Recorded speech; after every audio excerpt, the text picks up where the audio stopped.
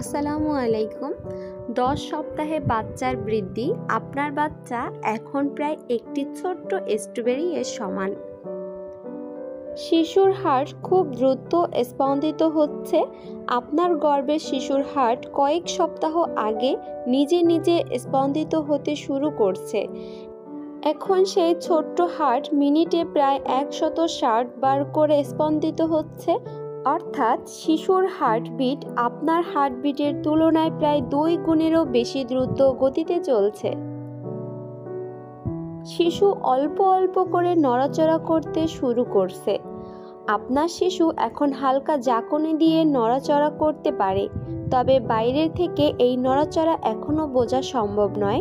আল্ট্রাসোনোগ্রামের মাধ্যমে এই নড়াচড়া বোঝা যেতে পারে। শিশুর লেজ মিলিয়ে যাবে। প্রথম দিকে শিশুর একটা ছোট্ট লেজ থাকে, এ সপ্তাহের মধ্যে এই লেজটা মিলিয়ে যাবে। শিশুর মুখমণ্ডল সুগঠিত হচ্ছে। আপনার গর্ভে ছোট্ট শিশু খুব দ্রুত বেড়ে উঠছে। মুখমণ্ডলের বেশ কয়েকটা অংশ এখন অনেক স্পষ্ট।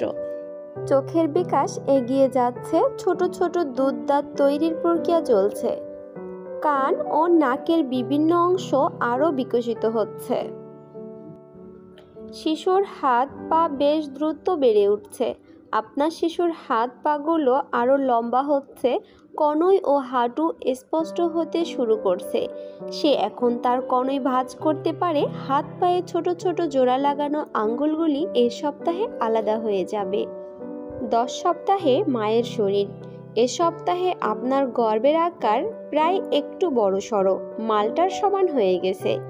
আপনার আগের জামা কাপড়গুলি পরতে গেলে এখন কিছুটা আটসাট লাগতে পারে। ডেন্টিস্টের কাছে চেক আপ। গর্ভাবস্থায় দাঁত ও মাড়ির যত্ন নেওয়া খুব গুরুত্বপূর্ণ। মায়ের দাঁত ও মাড়ির অসুস্থতার সাথে গর্ভের শিশু সময়ের আগে প্রসব হয়ে যাওয়া এবং কম ওজনের শিশু জন্মানোর সম্পর্ক পাওয়া গিয়েছে। তাই এ সপ্তাহে দাঁতের ডেন্টিস্টের কাছে গিয়ে দাঁত ও মাড়ি পরীক্ষা করিয়ে ফেলুন এবং এ সময়ে দাঁতের যত্নের প্রতি বিশেষ নজর দিন।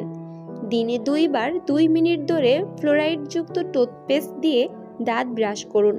দিনে অন্তত একবার ফ্লস ব্যবহার করুন। আপনার দাঁতের মাঝে জমে থাকা ছোট ছোট খাবারের টুকরো পরিষ্কার করে ফেলুন। পর্যাপ্ত পরিমাণে ঘুম। আপনার কি ঘুম থেকে উঠতে খুব কষ্ট হয়, ওঠার পর ফ্রেশ লাগে না? তাহলে হয়তো আপনি যথেষ্ট ঘুমাচ্ছেন না অথবা ঘুম ভালো হচ্ছে না। গর্ভাবস্থায় ঘুমের সমস্যার সাথে অনেকগুলো জটিলতার সম্পর্ক পাওয়া গিয়েছে, যেমন গর্ভকালীন ডায়াবেটিস, গর্ভাবস্থায় উচ্চ রক্তচাপ, সিজারের মাধ্যমে সন্তান প্রসব, প্রিম্যাচিওর সন্তান প্রসব বা সময়ের আগেই সন্তান প্রসব হওয়া, এমনকি মৃত প্রসব হওয়া। সাধারণত দিনে অন্তত 7 ঘন্টা ঘুম প্রয়োজন। ঘুম নিয়মিত করতে প্রতিদিন একই সময়ে ঘুমাতে যাওয়ার এবং ঘুম থেকে ওঠার চেষ্টা করুন। পর্যাপ্ত পরিমাণে ঘুম হওয়ার জন্য রাতে তাড়াতাড়ি ঘুমাতে যেতে পারেন।